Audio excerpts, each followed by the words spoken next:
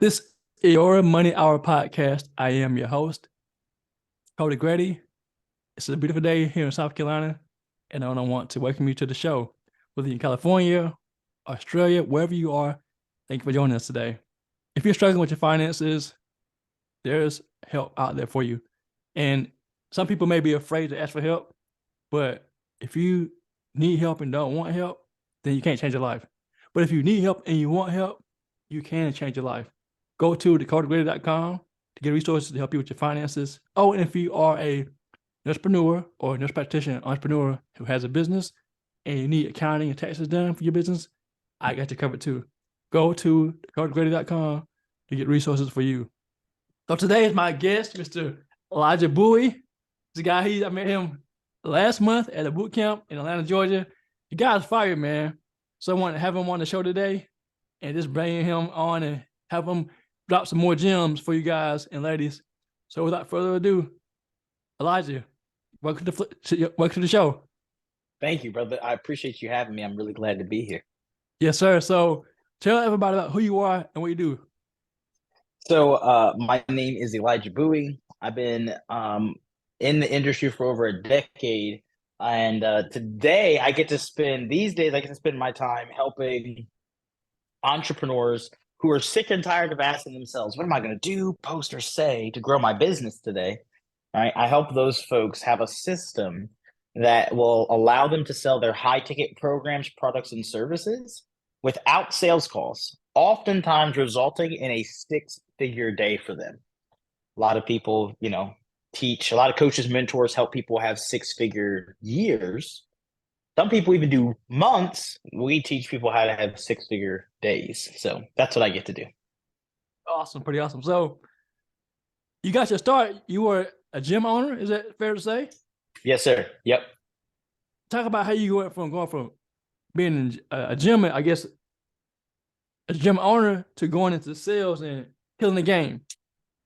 Yeah, so our first year of the gym was sad, man. It was it was really bad, and I just didn't understand really how to market yet. I didn't understand marketing, and so I didn't really generate any leads. And then the next year, we found a marketing channel that was, booking appointments for us, but I didn't know how to sell. So it was a rough kind of start.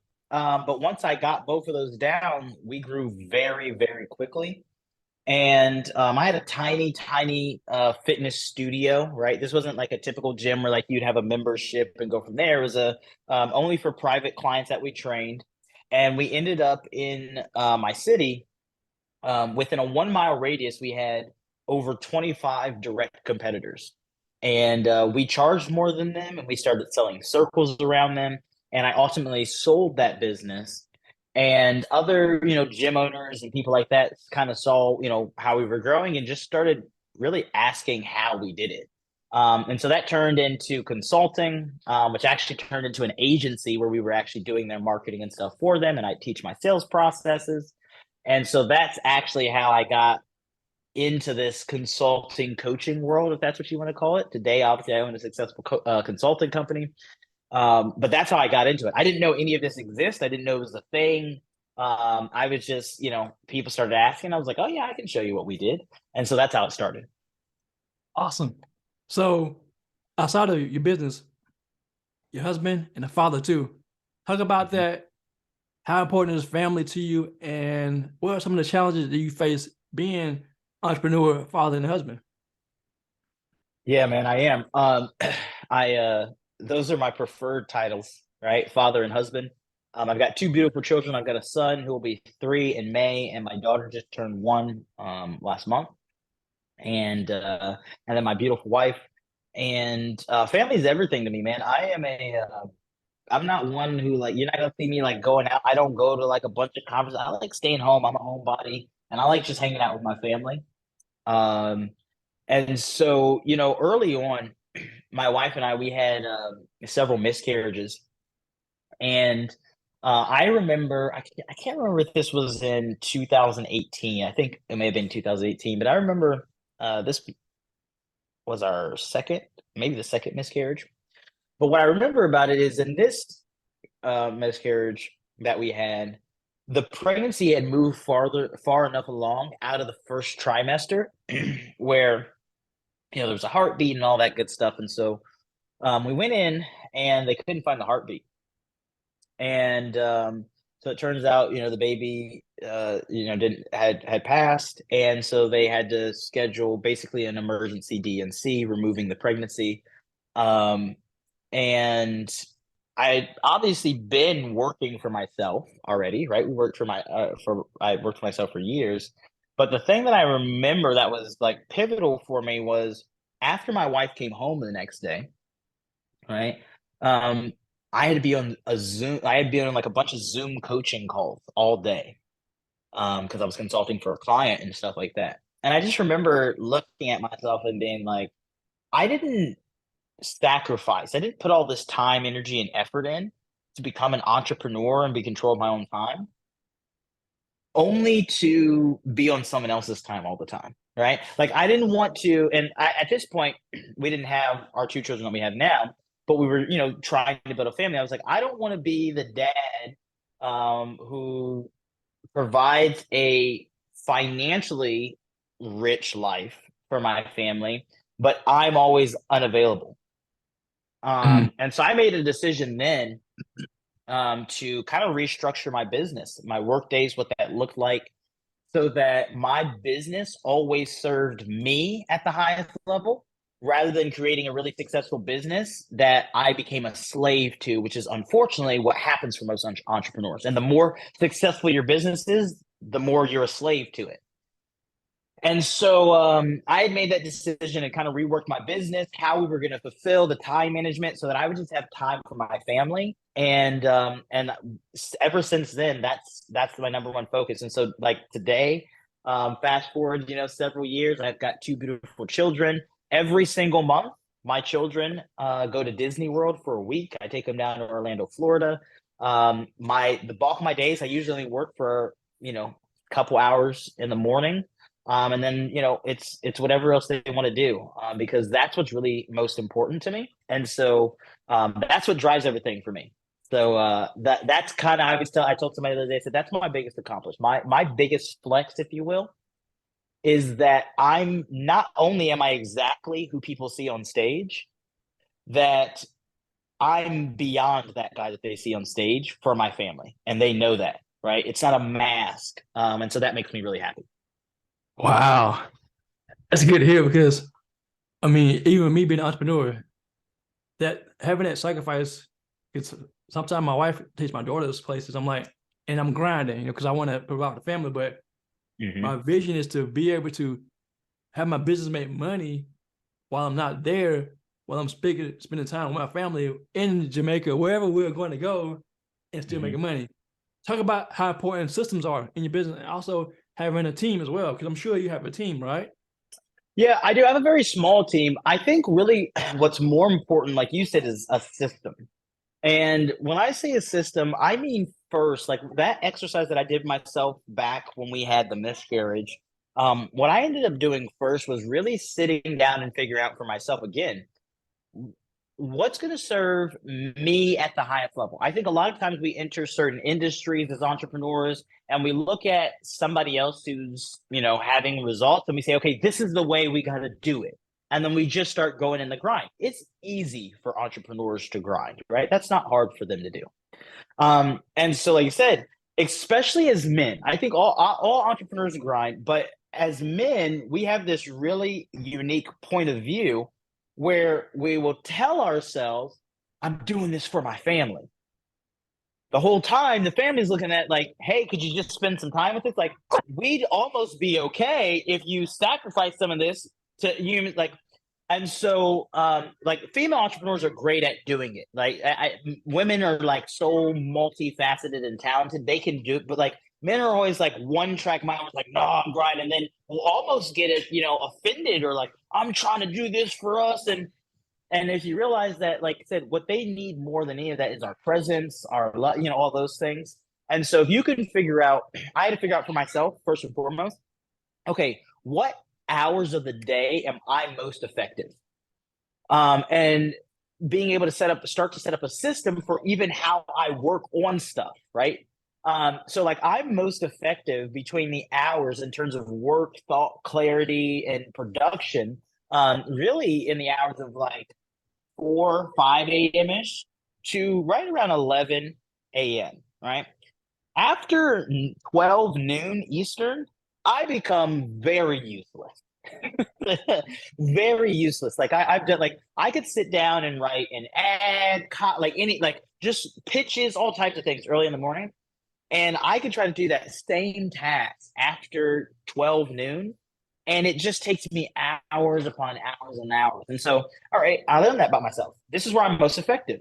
So let me set my schedule, my day, and the family schedule, let them know, hey, look, my wife knows like during these times, all right, this is when you're going to do X, Y, and Z. And after that, that can be us time. So that's, a system. And then within that time frame of when I get the most done and I'm most effective, having a system for what needs to be worked on. And I think this is really important because I always tell, and I'm sure you know this as an entrepreneur, there's always something that we can be doing, but that doesn't mean that there's that's something that we should be doing necessarily. So I created this concept that I teach entrepreneurs all the time. What you should do if you're an entrepreneur is on a sheet of paper, write down everything that you do in your business on a daily basis or that need done, right? That need done, right? Write them all on a sheet of paper. And then on one side of those same activities, you're going to score each activity 1 through 5. Well, what's the rating? What's the 1 through 5 for, right? So 1 through 5, you're going to score it in terms of enjoyment, right? 5 meaning I absolutely love doing this. And 1 meaning like, man, like I hate doing this and like will never do it if I could not have to, right? So score that. And then on the other side of that same task, give it another score 1 through 5. Except this score is on a scale of 1 to 5. This task, when it's done, how effective will it be in pushing the needle forward in the business? Something interesting is going to happen for most entrepreneurs when you do this, right? You'll notice that where we tend to spend our time is on the things that we really, really enjoy, but they may not always push the needle forward in the business. So it may be a 5 in enjoyment, but a 2 or a 3 in terms of effectiveness in pushing the needle forward. And so what I do instead is once I calculate this is how you decide who to hire, when to hire, and what you should be working on every day.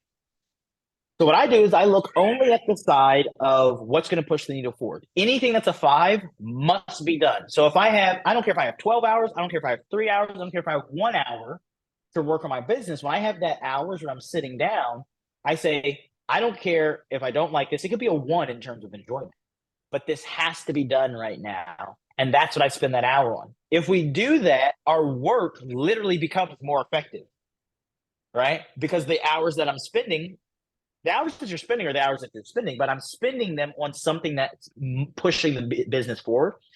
And so that's really important. And so the concept is anything 3 or lower should be ignored, right? Anything that's 3 or lower, you just push that off. If you happen to have something that pushes the needle forward in the business and you also enjoy, fantastic. And you're going to continue to do that until you have that thing dialed into a system. And then you will you will automate or delegate it, right? So once I've figured out and I'm getting this process done, then I can look at, okay, long term, if I never enjoy this thing, I'm not going to continuously show up day after day after day after day. So it's actually more effective long term in terms of production in the business if I hire out this thing or I automate it. And that's how you know who and when to add to your business. Because if that person takes a 5 in terms of something that pushes the needle forward in your business, but it's a 1 in terms of enjoyment, your business can make major strides and you'll be freed up to do the next thing that pushes the business forward. And maybe you enjoy more and you really, really love your business and it grows very quickly. I like that. That's awesome because you're focusing on, even though it may not be something you love to do or like to do, you're making progress and you're building your business that way. a task that's going to say generate sales or something that's going to be say awareness and marketing. That's great. So Yep. talk about sales real quick. We got about 7 minutes and I want to honor your time. Coach, talk about sales. Like, why are sales important in any economy? Oh my goodness. Yeah, sales. I love how you position too. Sales is beyond important in any economy, but sales becomes more important in a bad economy, right? The reason that sales becomes more important in bad economies is because people always say, you'll see it on the news, oh, when the economy's bad, people don't spend money. But that's not true, right? I think you know this. It's actually it's factually incorrect. It's not that people don't spend money. What happens is people become very purposeful about where they spend their money, right? If people didn't spend money, the economy itself would collapse. But as I'm sure you know, we actually need recessions. Recessions are a part of economies. And what we should, a healthy economy, a true ideal economy, should have very, very small recessions every handful of years, basically. America's in a very interesting spot right now because we haven't had a real recession in like 13, 15 years, right? So the longer it takes to have a recession, the bigger impact the recession has, and the longer it lasts. So what happens is selling becomes more important is because when people start looking at, okay, things are a little bit more expensive, things are not as certain. I still have the money that I have, but I'm being very purposeful. I'm being like, okay, we're not just going to spend money very wild. Where should I on purpose spend this money? And so they're being very specific and purposeful about, okay, what are the things that I desire? Do I really desire them? And is it wise to spend that money on acquiring that desire right now? And so the better you can get at selling is the better you can communicate, because that's all we're doing, right? We're not convincing or any of that. That's not what selling is. The better I can communicate to somebody when they're making that buying decision, when they're coming to me and they're saying, hey, I already desire this thing. Money's tight, this, that, and the third. Is this like help me understand, am I going to make a wise decision here? Give me all the information there. That's what ultimately you're doing when you're selling. And so the better you can get at that, well, the more you're going to be able to help people make a wise decision, which oftentimes, since they're already desiring and coming to me, results in them purchasing whatever they were desiring from me. And so that helps them. It serves them on a higher level, gives them what they want, which helps the economy. And you and your family, in turn, get money in your bank account, which helps you and your family survive the negative economy. It makes sense. It makes sense. So, Coach, thank you for your time and everything. You have the floor. Talk about anything that's going to help the people to grow, improve, get better, whether it be sales, life, parenting, whatever it is. But thank you for your time. And you have the floor. Yeah, I want to end it kind of like we ended the live earlier, because I really believe this is like one of the most powerful things if people can really grasp it. If everyone that's listening and watching the podcast can understand that where you are in life right now, if you say, I'm not happy with my relationship, I'm not happy with, my finances, I'm not happy with but whatever it is, if you can understand that where you are now and where you want to be, the only difference between these two versions of you is simply what you do not know. Right? You see, most people walk around and they take this for granted. They say things, oh, I don't know. Like I don't know how to do numbers, or that confuses me. Or, I don't really know that, right? Like that's how people just say it like that, like it's so nonchalant. But if you truly understand that what you do not know can kill you financially, relationally, right? Physically. So I'm always on a mission to do everything in my power to gain access to what I do not know. I'm going to an event here this weekend for a week, and I don't really know what I'm going for.